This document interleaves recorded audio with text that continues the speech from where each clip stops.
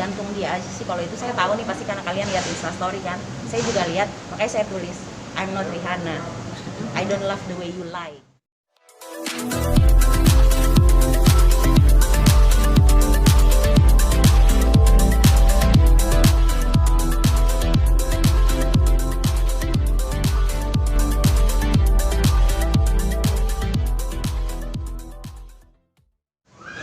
Karena media, terima kasih untuk kesabarannya dan keramahannya ya kepada kami, menunggu juga dan mengikuti perjalanan kasus ini.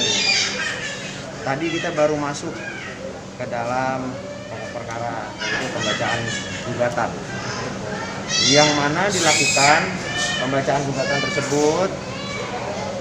Setelahnya kita lakukan proses e-court, ya.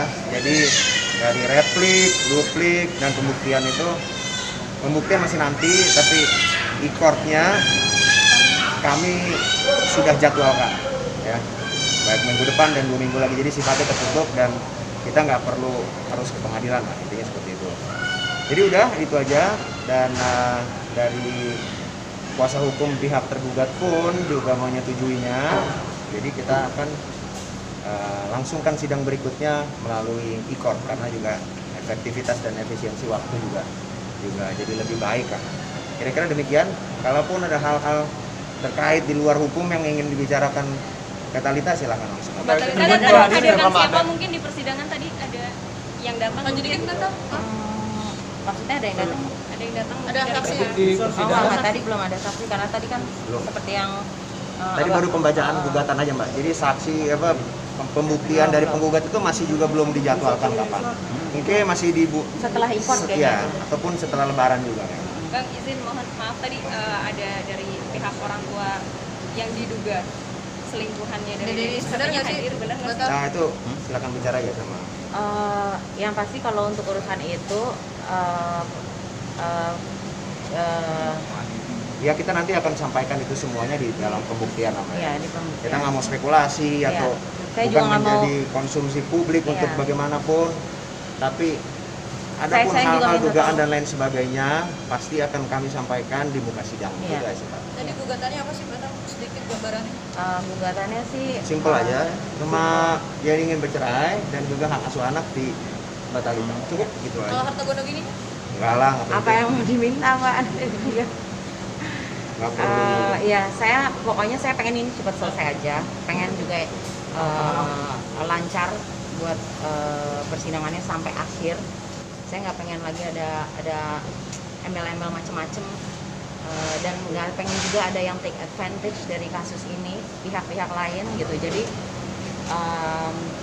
saya pengen ini saya di sini kan mencari keadilan ya, saya di sini juga mencari hak hidup saya dan anak saya gitu. Jadi saya akan berjuang sampai terakhir, apapun yang bisa saya perjuangkan untuk hak hidup saya yang sudah hilang bertahun-tahun gitu. Jadi itu sih gitu. Kalau tadi pembacaan gugatannya banyak Mbak, ada 9 halaman, jadi saya nggak mungkin gitu. Tapi poin-poinnya ya saya yakin teman-teman wartawan yang di sini juga sudah tahu lah isinya apa, seperti wawancara kita yang sebelum ini juga itu semua ada di dalam gugatan saya gitu. Jadi Petitanya cuma 2 aja. Kita minta bahwa untuk bercerai, Ya. setelah itu hak asuh anak ada di saya gitu. Jadi saya juga karena basicnya adalah memang saya bukan orang jahat dan saya bukan pendosa. Jadi saya nggak butuh hal-hal yang untuk bikin mempersulit ini gitu. Tapi ketika di dalam gugatan saya memang harus beritahu hal-hal yang memang menjadi masalah di rumah tangga saya. Apa itu ya kalian udah tahu semua lah. Itu semua ada di dalam gugatan saya. Kalau saya ngomongin di sini lagi panjang. Pak, ini kan berlangsung Ramadan, mungkin harus menjalani proses Iya. persidangan itu seperti apa sih Mbak?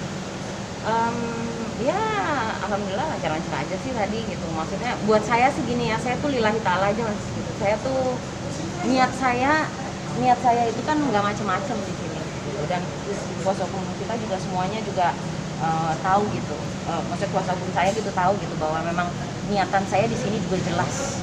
Jadi ya udah, saya nggak perlu bertele-tele juga di dalam persidangan. Saya juga nggak banyak kok gitu. Kita pengen cepet lancar tanpa ada satu hal yang mengganggu. Kalaupun nantinya ada satu hal yang mengganggu saya akan perjuangkan apapun itu karena saya pihak yang menjadi korban. di dalam masalah ini gitu. Jadi saya adalah pihak yang dirugikan secara psikis, secara waktu, secara segala macam gitu. Jadi saya benar-benar di sini bukan lagi sebagai seorang istri aja gitu, tapi saya sebagai seorang manusia, sebagai seorang perempuan, saya di sini saya harus speak up atas ketidakadilan yang saya hadapi. Itu aja sih. Nanti kan di bulan suci ini mungkin ada nggak sih yang untuk saya berdamai di bulan Ramadan ini? Nah gini mas, Lain ya itu. kalau kita bicara Konsepnya nggak gitu sih. Ya, jadi maksud saya jangan dicampur adukan tentang memang kita menjalankan Iya. ibadah puasa. Kita harus hormati itu, kita harus jalankan itu Saling memaafkan, betul dengan gitu. keimanan. Betul. Namun kalau hal di luar sini yang sifatnya kimiawi terkait tentang adanya perceraian yang sebenarnya tidak mau terjadi, namun sudah lebih dari 3 tahun diberikan waktu, Iya. oleh Saya. penggugat, oleh Thalita, oleh klien saya untuk ada progres. Iya. Namun pengharapan itu pupus dikarenakan progres itu tidak ada. Apa itu progresnya? Ya ekspektasi dari seorang wanita agar supaya suaminya bersikap layaknya sebagai suami. Iya. Tidak demikian, kita maju.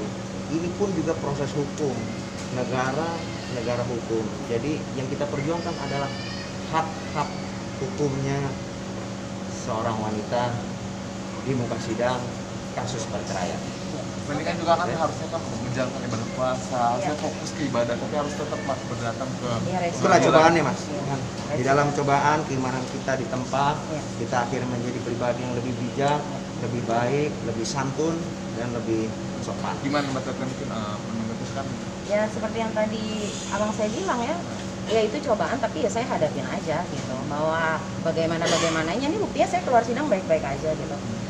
Sebenarnya kalau mas tanya saya secara pribadi, pertanyaan-pertanyaan itu tuh menusuk hati sekali gitu. Jadi saya kalau jawab pasti ya saya akan menangis lagi, saya akan gelagap lagi, saya akan berusaha pasti untuk menjawab gitu, tapi pasti itu menyiksa saya gitu.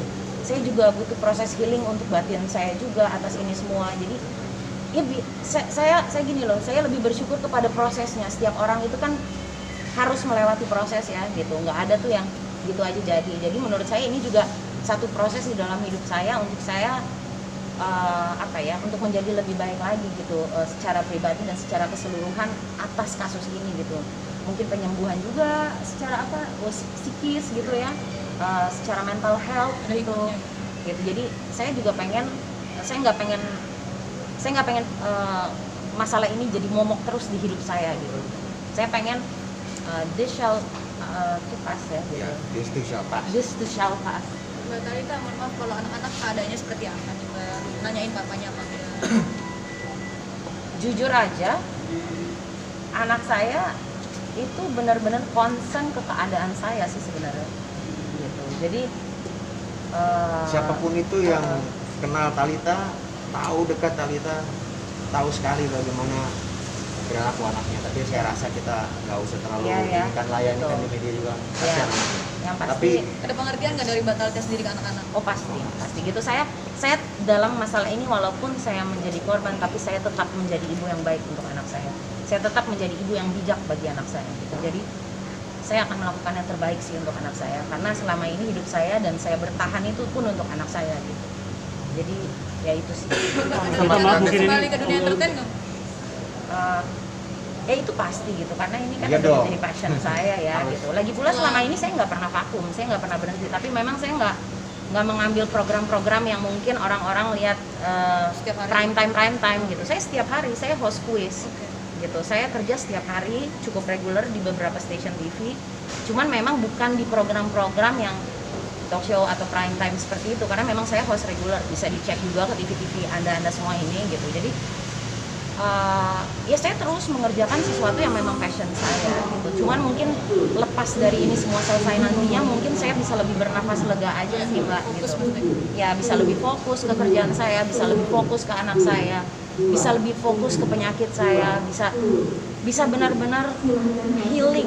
Gimana? Bisa benar-benar, selama ini saya tuh terlalu memikirkan orang lain, dan mungkin ini udah the right time untuk saya memikirkan kesehatan saya dan diri saya gitu sih. Mbak, ini Ramadan yang keberapa kali sih Mbak tanpa ikut seorang suami gitu? 2018, 2019, 2020, 2021.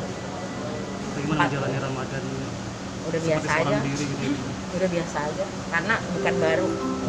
Udah beberapa Ramadan. 4 Iya, kali. Tapi dari Indonesia ada berusaha untuk cari tahu keadaan anak-anak nggak sih, kabar lah minimal. Aduh, kalau buat saya ya gitu, nggak usah deh udah kayak begini, saya menjadi highlight seperti ini baru mencari-cari gitu. Sebelumnya kemana bro? Gitu aja, simpel ya.